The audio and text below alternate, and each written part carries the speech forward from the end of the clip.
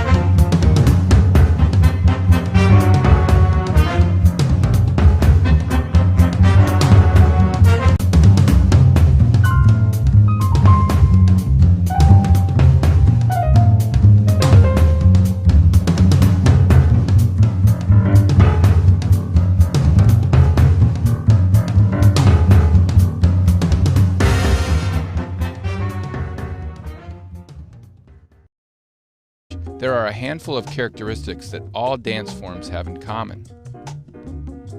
Body, action, space, time, and energy. These 5 elements of dance are the building blocks of all forms of creative movement and are a great place to start when talking about or analyzing a dance performance. Dance is an art form of and by the human body. Painters have brushes, canvas, and paint. Sculptors shape clay, wood, and metal. A dancer's materials are their arms, legs, heads, and torsos. Dancers isolate specific body parts or manipulate their entire body to create lines, shapes, and forms. Any movement of the body while dancing is an action. Leaping, walking, hand gestures, facial expressions, even pauses and rests are all distinct actions. Generally speaking, actions can be done in two ways, with the body held in one place or with the body in movement.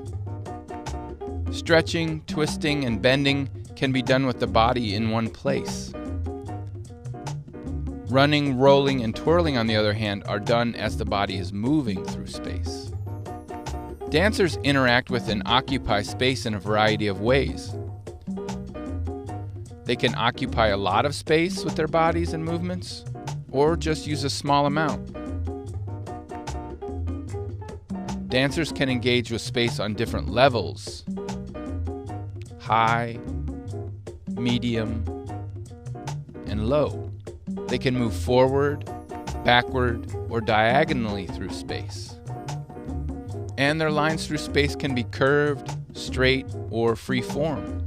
Every action a dancer performs has a beginning and end, so there's always an element of time involved in dance. Like music, dance can have structured rhythm, pulse. It can also be free-flowing and unpredictable.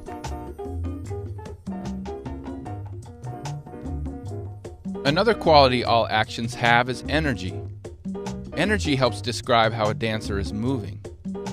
Are they moving forcefully, gracefully, fluidly, or heavily? Energy also helps us identify the emotions and intentions attached to a dancer's action. What might a dancer or choreographer be trying to communicate if their movements are sudden and jerky?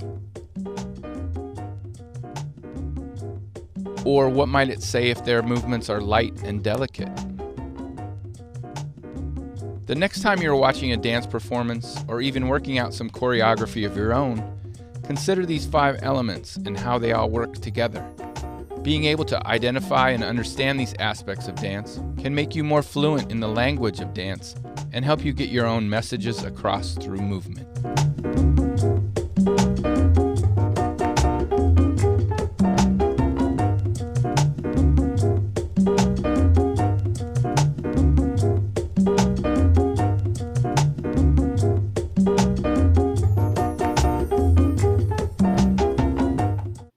I'd recommend to students to review the elements of dance prior to encountering that dance to help create a lens through which to view it. Students are asked to record observational jot notes in the table below, answering the guiding questions provided above.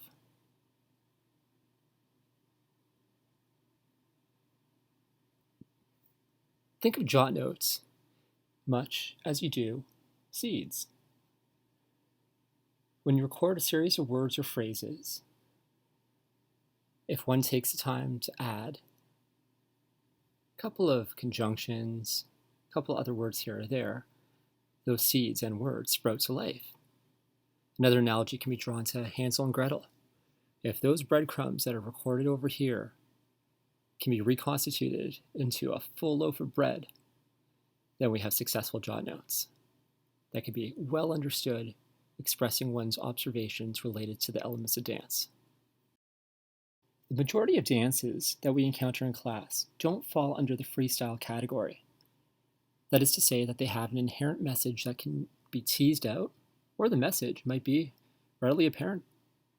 As a result, I'm asking students to consider what the overall message of the dance was that they just viewed. Why are the performers doing it? And most importantly, can students support their interpretation of the overall message with specific examples from the dance? Students can refer to elements of the dance using the chart that's included on the organizer and even include timestamp references as to when certain elements appear, suggesting their overall message. Lastly, I'm asking students to consider whether or not students in our class might like to learn this dance. Why or why not? Thanks for listening.